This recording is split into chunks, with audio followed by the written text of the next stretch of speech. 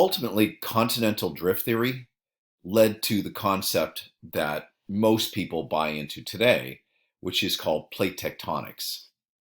This was proposed in the 1960s. Of course, the 1960s is 50 years ago, but plate tectonics was designed in a way that left it open-ended so that as new information came along, that new information could be added to the concept of plate tectonics. Plate tectonics is a theory that says that the Earth's crust is made up of about 15 individually moving pieces, or in the context of this theory, what's are known as plates. These plates interact to produce earthquakes, mountains, volcanoes, and the crust itself.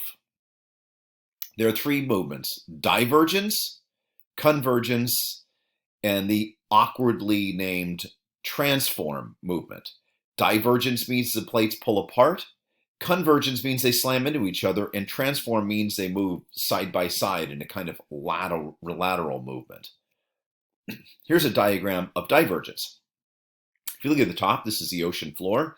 You can see it's below the blue, which represents water, of course.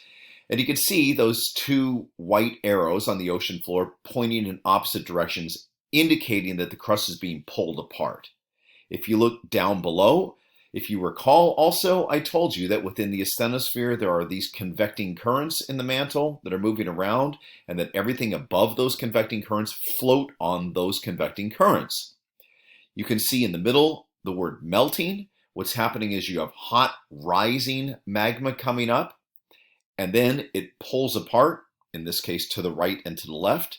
And as it pulls apart, it rips the crust on the top, on the surface of the planet, apart. Each of those red dots represents volcanic activity, because when you rip the crust apart and you tear it open, that opens the surface to that hot liquid stuff that's down below that then can rise and flow out onto the surface. Convergence means the pieces run into each other, of course. There's three different types of convergence. I'll talk about that at another point. In this case, it's oceanic and continental convergence. But notice lithosphere on the left-hand side with the white arrow pointing to the right, lithosphere on the right-hand side with the white arrow pointing to the left. They're running into each other. That's convergence.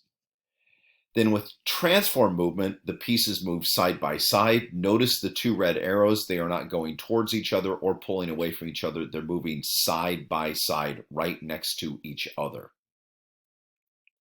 Remember, this is happening because of the convecting asthenospheric and mantle currents. If you look carefully, you can see those currents in this diagram welling up because of hot rising magma, and then subsiding because of cooling magma, and going around in these convection circles over very long periods of time, tens of millions to hundreds of millions of years.